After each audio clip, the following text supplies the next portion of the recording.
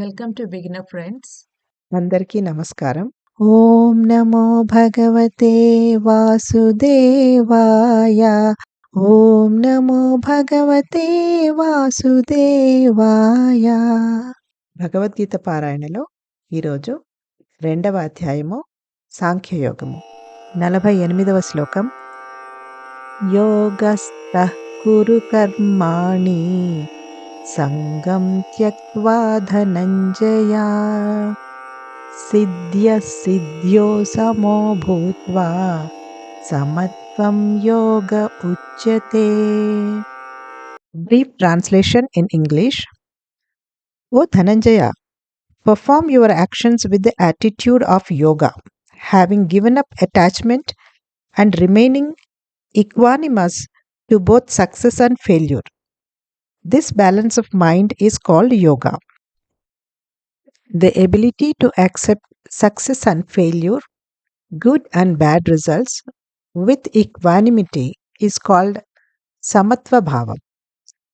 This kind of an attitude is referred as yoga by Lord Krishna.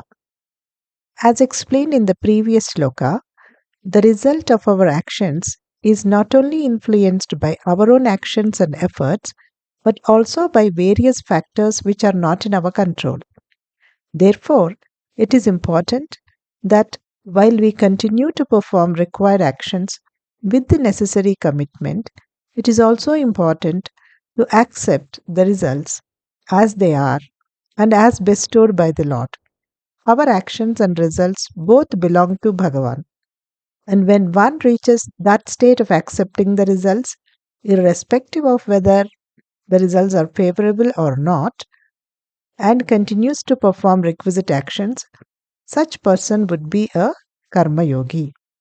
తాత్పర్యం: ఓ అర్జున, జయాపజయముల పట్ల మమకారాసక్తి విడిచిపెట్టి నీ కర్తవ్య నిర్వహణలో స్థిరముగా ఉండుము. ఇటువంటి సమత్వ బుద్ధియే యోగము అని చెప్పబడును. అన్ని పరిస్థితులని ప్రశాంత చిత్తంతో సమానంగా స్వీకరించటం అనేది ఎంత మెచ్చదగినదంటే శ్రీకృష్ణుడు దానిని యోగం అంటాడు. అంటే పరమాత్మతో ఐక్యత. ఈ సమత్వ బుద్ధి అనేది పూర్వశ్లోకం యొక్క విజ్ఞానాన్ని అమలుపరచడం ద్వారా వస్తుంది. మన కృషి మాత్రమే మన చేతుల్లో ఉంది, ఫలితము కాదు అని అర్థం చేసుకున్నప్పుడు మన కర్తవ్య నిర్వహణ మీద మాత్రమే మన పూర్తి శ్రద్ధ ఉంటుంది. ఫలితములు భగవంతుని ప్రీతి కొరకే, కాబట్టి అవి ఆయనకే సమర్పిస్తాము. ఒకవేళ ఫలితములు మనం అనుకున్నట్టు రాకపోతే వాటిని భగవత్ సంకల్పముగా ప్రశాంతంగా స్వీకరిస్తాము. ఈ విధంగా కీర్తి మరియు అపకీర్తి, జయము మరియు అపజయము, సుఖము మరియు దుఃఖము, వీటన్నిటినీ మనము భగవంతుని సంకల్పంగా పరిగణించి స్వీకరిస్తాము. ఈ రెంటినీ సమానంగా స్వీకరించటం నేర్చుకున్నప్పుడు మనము శ్రీకృష్ణుడు చెప్పిన సమత్వ బుద్ధిని పెంపొందించుకుంటాము. జీవితంలోని ఒడిదుడుకులకు ఈ శ్లోకం ఒక చక్కని ఆచరణాత్మక పరిష్కారం చూపుతుంది.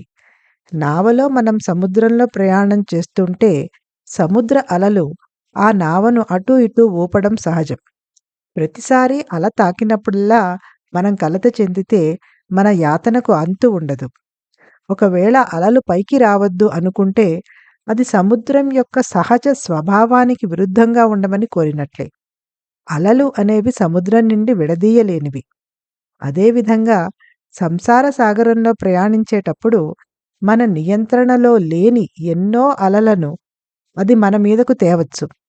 మనము ప్రతికూల పరిస్థితులని నివారించడానికి నిరంతరం పోరాడుతూ ఉంటే మనం అసంతృప్తి, దుఃఖాన్ని తొలగించుకోలేము. కానీ మన శక్తి మేర ప్రయత్నం ఆపకుండా దారిలో వచ్చే ప్రతిదాన్ని స్వీకరించడం నేర్చుకుంటే మనం ఈశ్వర సంకల్పానికి శరణాగతి చేసినట్లే. అదే నిజమైన యోగము. ఓం నమో భగవతే వాసుదేవాయ.